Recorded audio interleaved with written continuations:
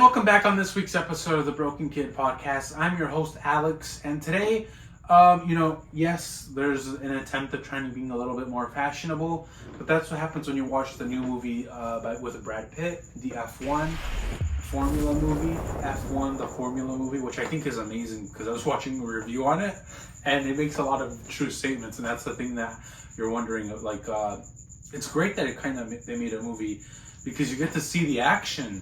Because if you kind of see like the real life footage, and you're thinking like if you're a fan, well, first of all, Brad Pitt was amazing in this. He was charming, and he's just every bit of a reminder of why you don't have a girlfriend or you're less successful. Because even though he took like a 30-year hiatus, he's able to jump back in and just do his thing. The Sunny Hayes effect, I guess is what I call it. And he has that effect on a woman in that film too. And apparently, according to the lore, it's revealed that he has a long string of girlfriends, of ex-lovers, kind of like Taylor Swift. But anyhow, what I wanted to talk about was, going back to what I was saying, because I want to finish that statement.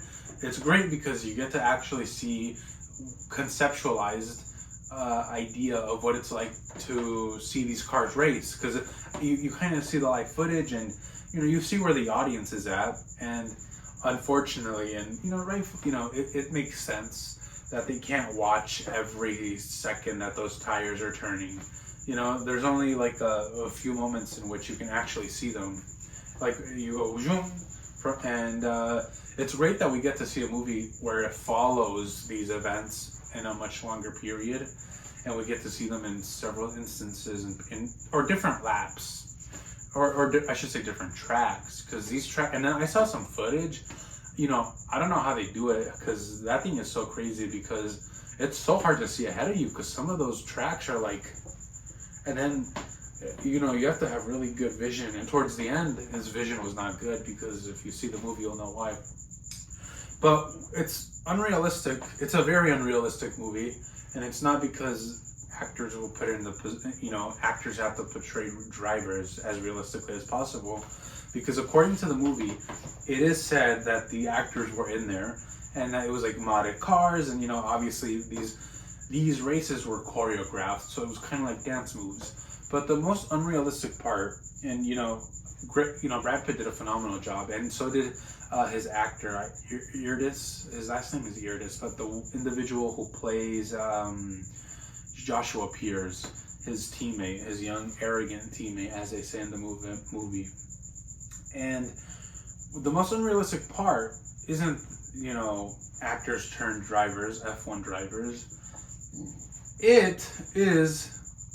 And it's also one of the other things that's unrealistic. It isn't this. This is unrealistic too. But when you see Brad Pitt and you see the charisma he has, no wonder he got paid $30 million for this movie and then some. But how do all the girls on the team, how do they not flock to him? And you could say it's because of self-sovereignty or whatever it is. It doesn't matter. It's unrealistic, because if you were a girl in that movie, if you're a character, you would swoon over him and you would gravitate towards him like two magnets, if that's what magnets do. But anyhow, the most unrealistic thing aside from that is how fashionable he is in this movie. Because in the movie, he's supposed to be a vagrant. And a vagrant is somebody who goes from place to place to place. And he's like, he does live in a van. And he does do these races. And he takes the check up front. But my God, he looks like he's wearing designer clothes. And this is not me hating on him. This is me saying bravo to you, because you look amazing.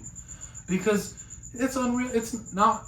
It doesn't make sense. If anybody else lived like that, they would not be dressing like that.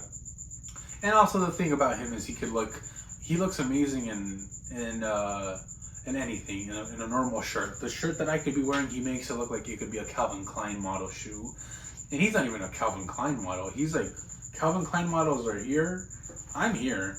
But he's here in this movie, in any movie, really. But my God, this movie just reminds you why he's so charismatic. Or why he's such a good actor and likable. This is a movie, even the name Sunny Hayes is just a name for like it really is like he's the Steve McQueen kind of. He plays a character kind of like what's that individual's name? James Dean, who just had that thing to him where he was cool and suave. Paul Newman, he had that thing when he came on. He was cool and suave. They didn't replicate each other. They just had it in their own essence. And Brad Pitt has that on and off screen, and boy does he have it. And it's unrealistic because, well, you know, you could. My God, yeah. How does he get the money to wear this beautiful clothes? That's awesome. It makes him look good. Why is he so fashionable? And I guess you could say, well, he saves up enough money from saving and going round and round and round. But, you know, honestly, that van, I might be looking into it, but it can't be that economic because it's a big vehicle.